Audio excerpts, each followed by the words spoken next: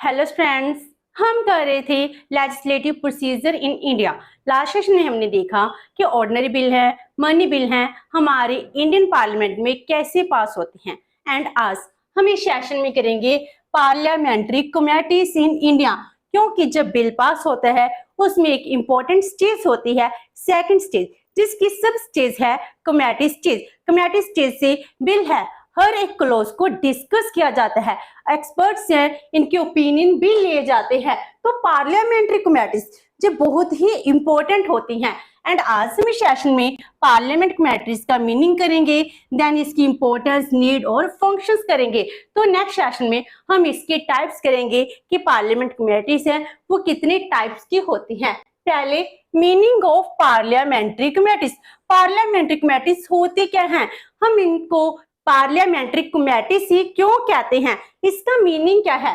तो पार्लियामेंट जिसमें हमारे देश के मेंबर्स ऑफ पार्लियामेंट एमपी होते हैं, जिसको लोकसभा एंड राज्यसभा के मेंबर कहा जाता है। तो लोकसभा और राज्यसभा के जो मेंबर्स हैं वो ही मिलकर क्या बनाते हैं, एक कमेटी बनाते हैं, जिससे वो पार्लियामेंट का काम करते हैं। इसीलिए हम इसको पार्लियामेंट कमेटी कहते हैं। जो पार्लियामेंट्री कमेटीज होती हैं, ये क्या होती हैं, it is a panel of MPs, member of parliament, Lok Sabha और राज्यसभा के मेंबर। इनका क्या होता है, एक पैनल होता है दैट इज अपॉइंटेड और इलेक्टेड बाय द हाउस। जो किसके द्वारा अपॉइंट होता है, जो उस हाउस है, जो मेंबर्स ऑफ द पार्लियामेंट है वो ही अपॉइंट करेंगे या इलेक्ट करेंगे, या फिर नॉमिनेटेड बाय द स्पीकर और चेयरमैन। या फिर मेंबर्स हैं, जो कमेटी है उसका चेयरमैन या हाउस का स्पीकर है वो क्या करता है, नॉमिनेट करता है। तो जो अपॉइंटेड भी हो सकती हैं, इलेक्टेड भी हो सकती हैं एंड नॉमिनेटेड मेंबर भी हो सकते हैं। लेकिन जो पार्लियामेंट्री कमेटीज होती हैं इसमें सिर्फ एंड सिर्फ एमपीस ही हो सकते हैं, मेंबर ऑफ पार्लियामेंट ही हो सकते हैं। इसके बिसाइड कोई भी मेंबर है वो पार्लियामेंट्री कमेटी का मेंबर नहीं बन सकता है। तो जो पार्लियामेंट्री कमेटीज है they are established to study and deal with various matters that can not be directly handled by the legislature. तो जी क्या कहते हैं, हमने पार्लियामेंट्री कमेटीज है इनको इस्टेब्लिश क्यों किया, क्योंकि डिफरेंट मैटर्स हैं। अगर हम अपने इंडिया की बात करते हैं, इसमें डिफेंस से रिलेटेड मैटर्स भी हैं, रेलवे के रिगार्डिंग भी हैं, फिनांस के रिगार्डिंग भी है, हेल्थ के रिगार्डिंग भी है। क्या जो एमपीस हैं, हर एक एमपी को हर एक एस्पेक्ट की नॉलेज है, दैट इज वेरी डिफिकल्ट। तो वेरियस मैटर हैं, इन मैटर को अच्छे से स्टडी करना, इसके प्रैक्टिकल प्रॉब्लम्स क्या आएंगे हमको ये भी देखना है, इससे बेनिफिट होगा या लॉस होगा, हमको सब कुछ स्टडी करना है, इफेक्टिव वे से स्टडी करना है। और ये काम है जो हमारे मेंबर्स ऑफ पार्लियामेंट हैं हाउस में, इसको हम अच्छे से डिस्कस नहीं कर सकते हैं।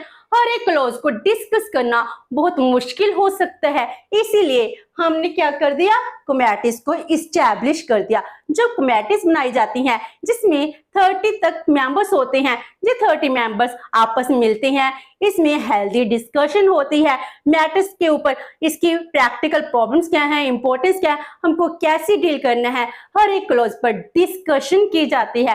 तो जब ये कमेटीज काम करती हैं, अपनी रिपोर्ट तैयार करती हैं, जो एक्सपर्ट्स हैं उनके ओपिनियन है वो भी ले सकती हैं। तो इस तरह जो हमारा बिल है, एक्ट बनता है, वो बहुत ही अच्छा एक्ट बन सकता है। इसीलिए पार्लियामेंट कमेटीज हैं बहुत ही इंपॉर्टेंट होती हैं।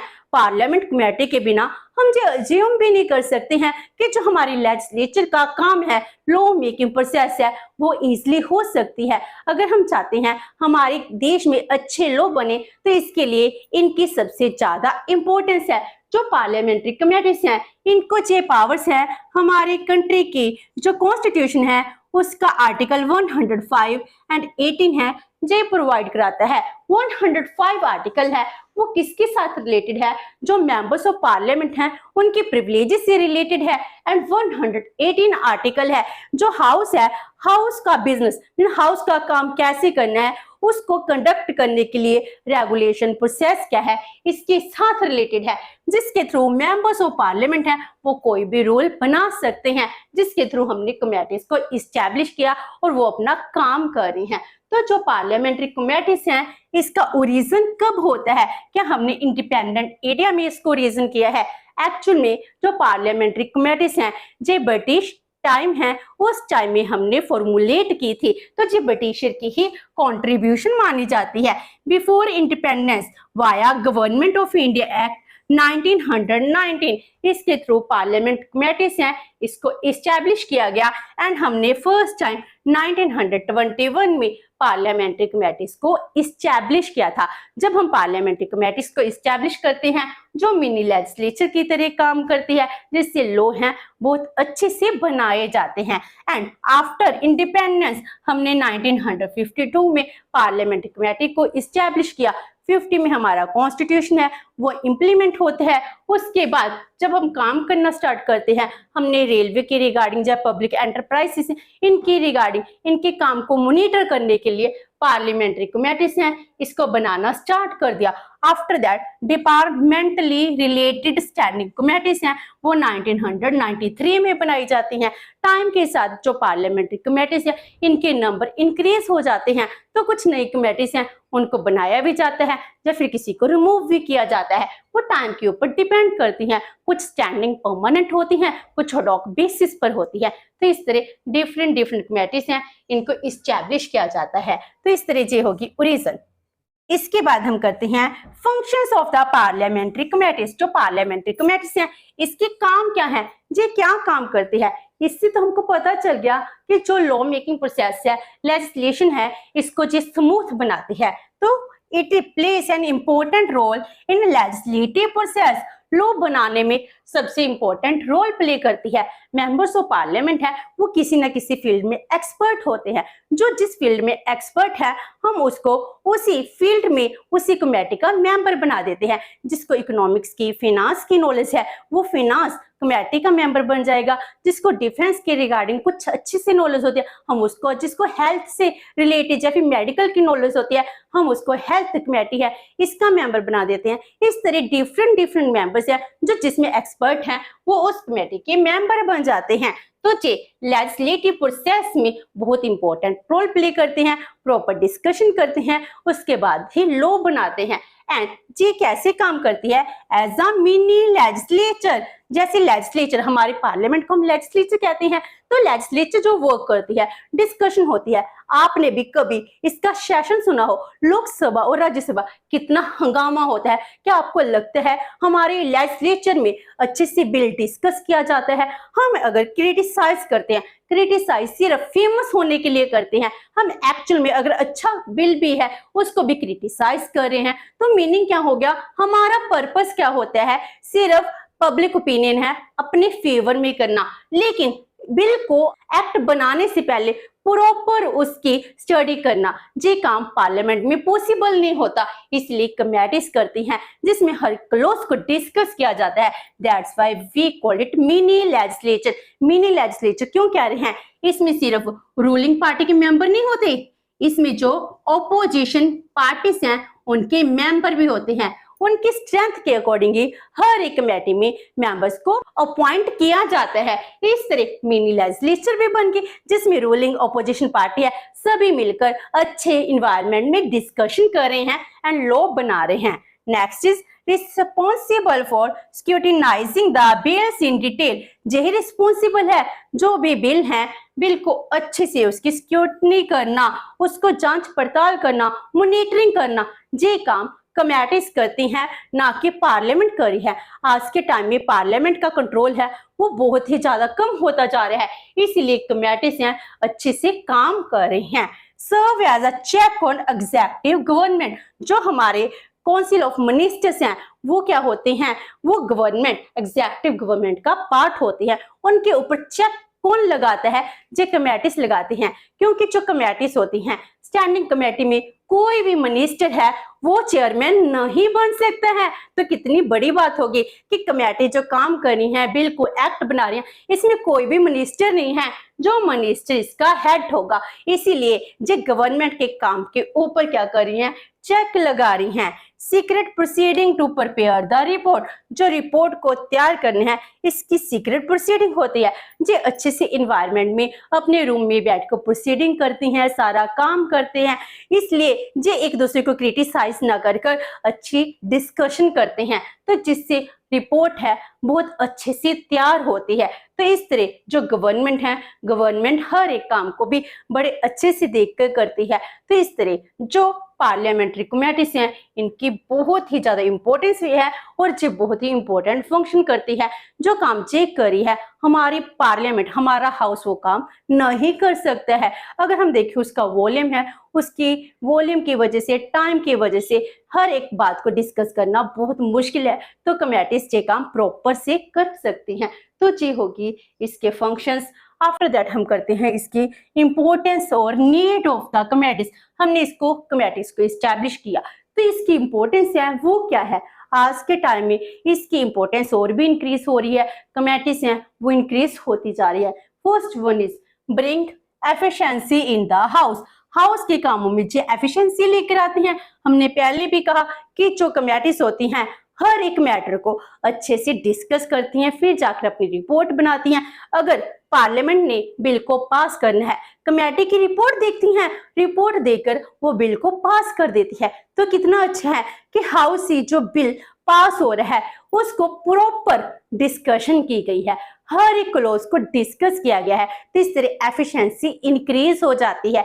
इससे कोई भी गलत बिल है वो पास नहीं हो सकता है। तो हाउस की वर्किंग को स्मूथ बनाते हैं, इसमें एफिशिएंसी लेकर आते हैं। Number 2, save the time of the house. House को जब हम कहते हैं सेशन में आता है, आज के टाइम में जो इसके सेशंस हैं बहुत कम होते जा रहे हैं, 50, 60, 70 इतने कम। जब हमने 1950 में हम इंडिपेंडेंट होते हैं, उसके बाद 56 में हमने 156 से भी ज्यादा डे वर्किंग डे थे, लेकिन जो आज के टाइम में 70 डेज वर्किंग रह गई है। तो एवरेज इतनी ज्यादा कम हो गई है, तो इसमें टाइम भी कम होता है। अगर सेशंस कम है, वर्किंग डे कम है, तो इतने सारे बिल हैं, इनको पास करना है, प्रॉपर डिस्कशन कैसे होगी। इसीलिए कमेटीज से काम कर लेती हैं और हाउस का टाइम भी सेव कर लेती हैं, एंड जो बिल हैं प्रॉपर अच्छे से वॉच करने के बाद ही पास होते हैं। Then healthy and proper discussion, हमने पहले भी कहा जिसकी प्रोसीडिंग है सीक्रेट होती है।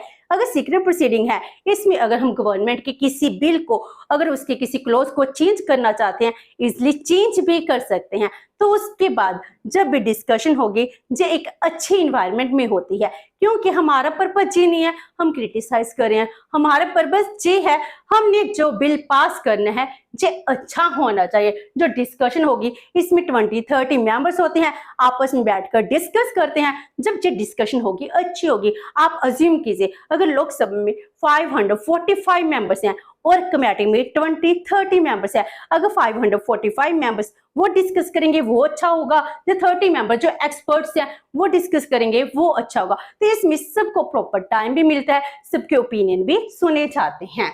Then expert knowledge can be acquired.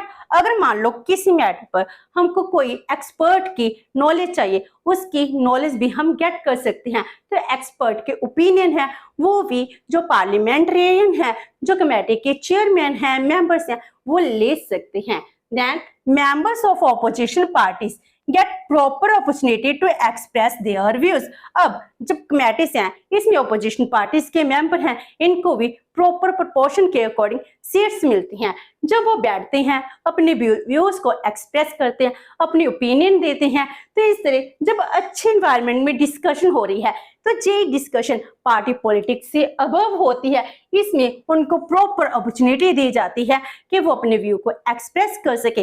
अगर इसमें हमको लगता है ऑपोजिट पार्टी के मेंबर हैं, इसको बहुत अच्छी नॉलेज है, बहुत ज्यादा एक्सपीरियंस है, उसके ओपिनियन को हमेशा वेटेज दी जाती है। तो यही इसका सबसे ज्यादा बेनिफिट है। Next is discussions are above from party politics. ये पार्टी पॉलिटिक्स नहीं है कि पार्टी पॉलिटिक्स तो हाउस में रहेगी, हम तो हाउस से भी अबव हो गए, क्योंकि हाउस में बैठकर हम डिस्कस करते हैं तो वो अपनी पार्टी को हम हमेशा जस्टिफाई कर रहे हैं। लेकिन अब ऑपोजिशन भी बैठी है, हम भी बैठे हैं, हम देश के वेलफेयर के लिए काम कर रहे हैं, इसमें पार्टी को इंपॉर्टेंस नहीं देते, हम अपने देश को इंपॉर्टेंस देते हैं। तो पार्टी पॉलिटिक्स से अबव डिस्कशन होती है। Next is it monitor the functions of the executive branch. जो एग्जीक्यूटिव ब्रांच कह रहे हैं, हम किसकी बात कर रहे हैं? मिनिस्टर्स की बात कर रहे हैं। Council of minister, cabinet ministers हैं, उनकी बात कर रहे हैं। तो एग्जीक्यूटिव ब्रांच के जो फंक्शंस है, इनको बहुत अच्छे से मॉनिटर करती है, इनके हर एक काम को देखती है, क्योंकि मिनिस्टर हैं वो कमेटी के चेयरमैन नहीं बन सकते हैं। अगर मान लो कोई हेड है, वो बन जाते हैं, मेंबर बन जाते हैं, जिस दिन वो मिनिस्टर बन जाते हैं वो ऑटोमेटिकली उस कमेटी के मेंबर भी बंद हो जाते हैं, मान लिया जाता है कि वो अब उस कमेटी के मेंबर नहीं रहे हैं। And last one is increase the knowledge of the MPs. और जो कमेटी रिकमेंड करती है, इसको मानना ना मानना मेंबर्स ऑफ पार्लियामेंट के, जो फिर गवर्नमेंट है इसकी अपनी मर्जी है, हाउस की मर्जी है, लेकिन हर टाइम इसकी रिपोर्ट को वेटेज दी जाती है। इसकी रिकमेंडेशन है जो मेंबर्स ऑफ पार्लियामेंट्स हैं उनके टेबल पर रखी जाती है, उनमें डिस्ट्रीब्यूट की जाती है। तो इसके बाद ही इनको प्रॉपर नॉलेज मिल जाती है कि इस बिल की क्या एडवांटेज है, क्या डिसएडवांटेज है, उसके ऊपर बेस चीजें क्या करती है, अपने ओपिनियन के अकॉर्डिंग वोट देती है कि हम किसको पास करना है या नहीं करना है। तो इस तरह इनकी बहुत ज्यादा इंपॉर्टेंस है। इस इंपॉर्टेंस को कैसे डिफाइन किया गया है, इसको थॉमस रीड कैसे डिफाइन करते हैं? वो कहते हैं committees are the eyes, ears and hands of the legislature. Legislature के कितने बड़े ऑर्गन के साथ इन्होंने डिफाइन कर दिया। और कहते हैं sometimes this become the brain of the house also. जी सिर्फ हमारी आंख कान हाथ ही नहीं है, कभी कभी हमारा ब्रेन भी बन जाती है, जिसके अकॉर्डिंग सारा काम किया जाता है। तो इसकी बहुत ही ज्यादा इंपॉर्टेंस है। आज के टाइम में कमेटीज के बिना हम सोच भी नहीं सकते हैं। जो लॉ है वो प्रॉपर वर्क करेगा, लॉ को हम अच्छे से बना भी सकते हैं। तो इसकी बहुत ही बड़ी इंपॉर्टेंस हो जाती है। तो आज हमने इस सेशन में इसकी बेसिक स्ट्रक्चर है वो किया है। नेक्स्ट सेशन में हम इसकी टाइप्स करेंगे। होप सो कि आपको ये सेशन अच्छा लगा होगा। अगर आपकी कोई क्वेरी है तो post comment box and video अच्छी लगी तो please like and share with your friends. Thank you so much and have a nice day.